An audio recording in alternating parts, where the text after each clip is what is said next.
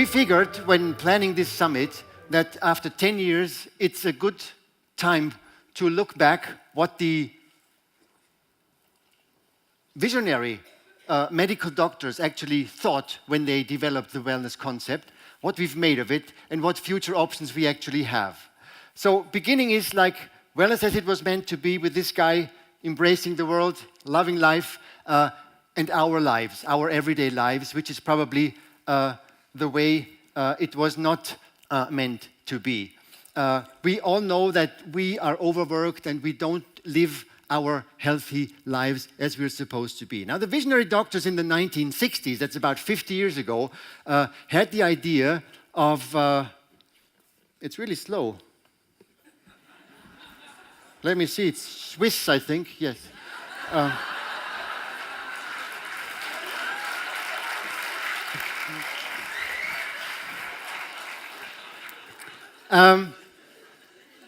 These visionary doctors revolutionized the way they were looking at medicine, from a repair-oriented to a proactive strategy that has in the center of everything the good and the healthy lives. And that means that it is basically about a fulfilling life. And that means also that you have to be careful about the spelling here, you know, because fulfilling is what we all know. But if you misspell it, you could end up with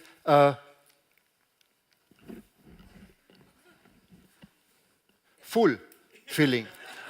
And if you misspell it, you might have different effects on your body at the end of the day. I don't know, where should I hold this? Because it's really very slow. I don't know. Dr. Holbert Dunn, as you all know, had a great vision when he not only had a look at the health axis of poor health to optimum health, but also at the environmental axis. That means the social environment and the natural environment. And he came up with the idea of this high level, I don't know how this works, you know, it's really, should I do it here? I don't know. It's very difficult. High-level wellness. So he said, and that was revolutionary at his time, that only if you are healthy and you are in a good environment, you can be up to this high-level wellness. Dr. Jack Travis continued on this work, and he had this health continuum that you all know, from medical paradigm to the wellness paradigm. And he said the other one is to solve problems, and the wellness paradigm to improve the quality of life.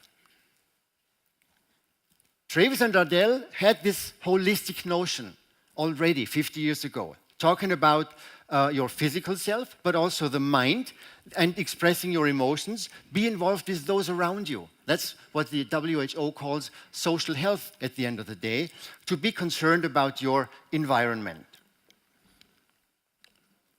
What it comes down to, in very simple words, it's that wellness, as it was meant to be, was an active health promotion through lifestyle change. Nothing to do with pampering, nothing to do with just smoothing your skin, nothing to do with passively sitting around and have a nice day and have a massage. So at the origin of what they developed as medical doctors, it's always been very much of this idea.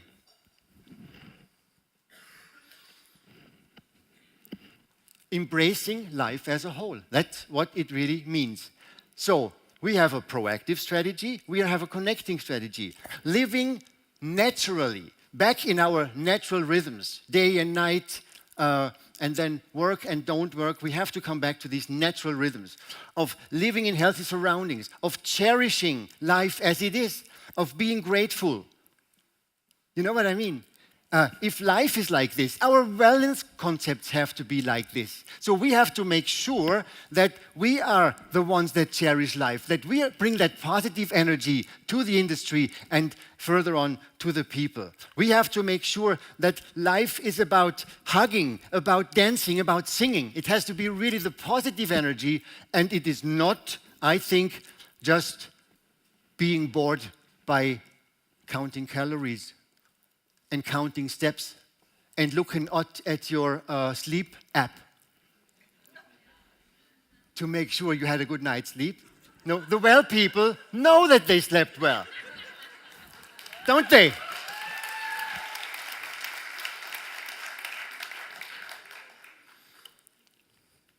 So my idea, a little bit provocatively, is that the notion of wellness is, if it works, living instead of lifting. That, I think, could be a notion for the future. And believe it or not, I had this very slide 10 years ago in Wiesbaden. So well-being also, I can go through this quickly here, is about the same as the people had done research for, happiness research. They all come to the same conclusions. It's surrounding yourselves with family and friends. It's not focused on materialism. It's not being obsessed with image and fame. This leads, after thousands of researches, to real well-being and health, and nothing else. And think about the new poor people we are facing today. You know those poor people that are around us, that have nothing but money? Do you know these new poor people? Do you know them? No joy, no friends, no nothing but money. Actually, 25 years ago here in Tyrol, some innovative hoteliers had the idea of bringing this concept of good life into tourism. And we're pretty successful with it. Today we have about 400 wellness hotels just in the province of Tyrol, about 1,000 in Austria, and around 3,500 in the German-speaking countries alone. So it's become pretty much of a good business, I think, what has been initiated here. And to make it very simple, if we see the actual development as a function between the holistic approach and time, I would think that we have reduced this holistic aspect. Sometimes wellness today, also in hotels right here in Tyrol, has become nothing but an operational unit. Wellness is open until 8. It used to be a concept, now it's open until 8. You know, it's 4 saunas, that's wellness. You know, and on the other hand, our idea of healthy. Could we probably have another one? I try. If there's another one, it's really disturbing. My fight with this Swiss. Now, if we go ahead and see that while we reduced the complexity and the holistic structure of our offerings, the need for a more holistic view of life has risen dramatically. So this is what we actually have to do in the next couple of years. Go back to where we were, back to the future in a way. This, I think, is really core, what I'm just sharing here with you. Now, how do we live today? If you consider this figure probably, for every step a office worker today undertakes, our predecessor, the Neanderthal, took 100. So we could move a lot more. If you look at this picture, there's something wrong here, isn't it? So we have to rethink our notion of moving and going towards things. Think of obesity, for example. Obesity worldwide has risen, or has doubled actually, since 1980. Can you imagine this? And this becomes a real problem, literally. Michelangelo, 500 years ago, used one of his Italian models. Today, probably, he would have come to a different solution. Because we've changed our lifestyles. Birth rates, for example, in the rich countries, dramatically reduced. We have big houses, we have big dinner tables, but nobody eating there. We know it all. Birth rates in Germany, for example, today, one of the richest countries and the biggest in Europe, is about the lowest in Europe. I think only the Vatican has a lower birth rate today. Think of divorce rates. When wellness was established 50 years ago, 1 in 11 marriages got divorced. Today it's 1 in 2. It may be due to the fact that men and women are a little bit different, you know. Men are just on or off. And ladies work a little bit, you know. They work better. Don't they? But coming back to more serious things here.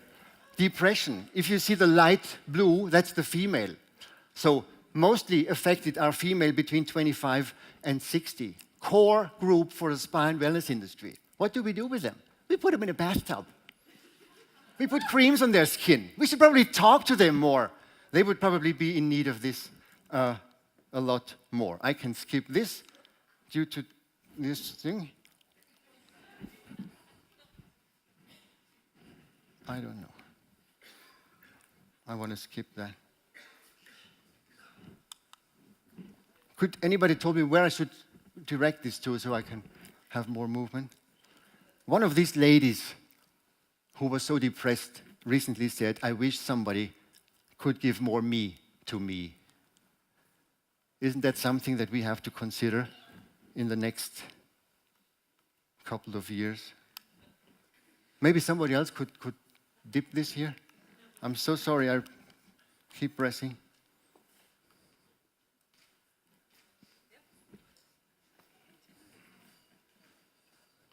I don't know. Go over this here too. We more and more, we were hunters, but now we are hunted. Not really knowing who is hunting us. Time maybe? I don't know.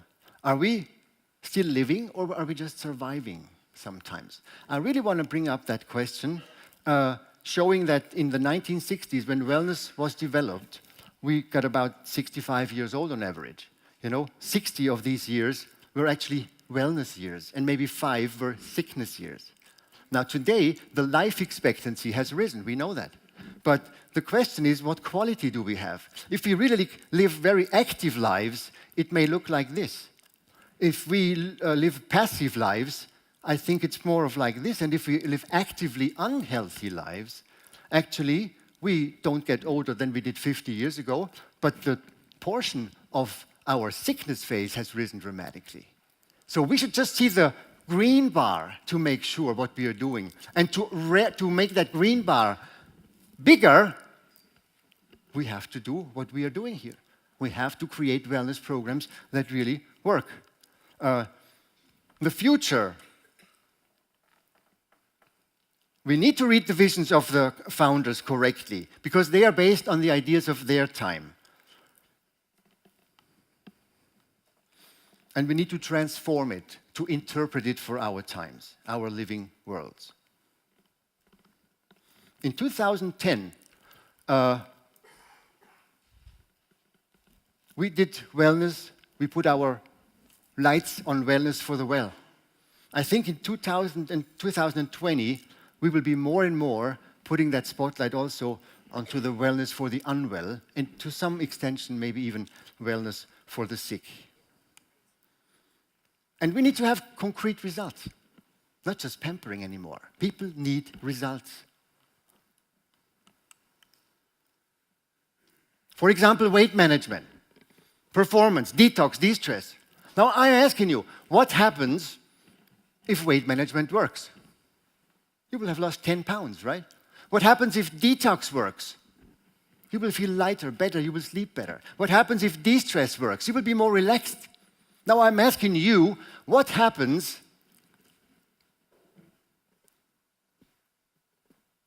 if prevention works? Nothing. Yeah! And this is why you can't sell prevention. Because at the end of the day, you want somebody to spend $3,000 that if everything works all right, nothing happens. You pay $3,000 so you don't get a heart attack in 10 years. You can't sell prevention. You have to sell this positive energy. You have to sell the life and not preventing the negative aspects of it. And we are figuring a paradigm change here from the art of healing to the art of living. I think this is very crucial for the next decade. Authentic wellness ambience. To conclude this, some examples from the alpine areas here. This is what wellness centers will be looking like more. If you just can go through this probably a little bit quicker, this is the kind of ambience we will be facing more, including nature, including the authenticity of where we are, and so forth. This, for example, is a nature cinema in the South Tyrol. That's the program you have. Or photos like this, very authentic images from our way of interpreting wellness.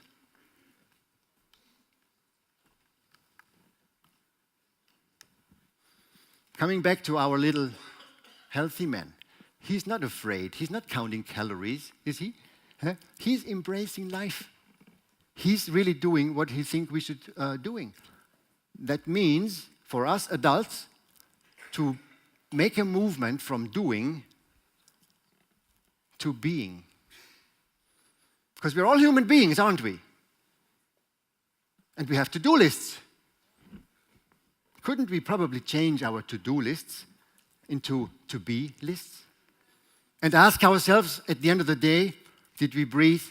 Did we hug? Did we love, dance, be grateful? Did we pray? These guys are wellness guys for me. And not the blondies with the black stones on their back. Wellness comes by listening to your inner voice. It comes in wellness communities. It comes in meaningful surroundings. It comes in nature and beauty. And if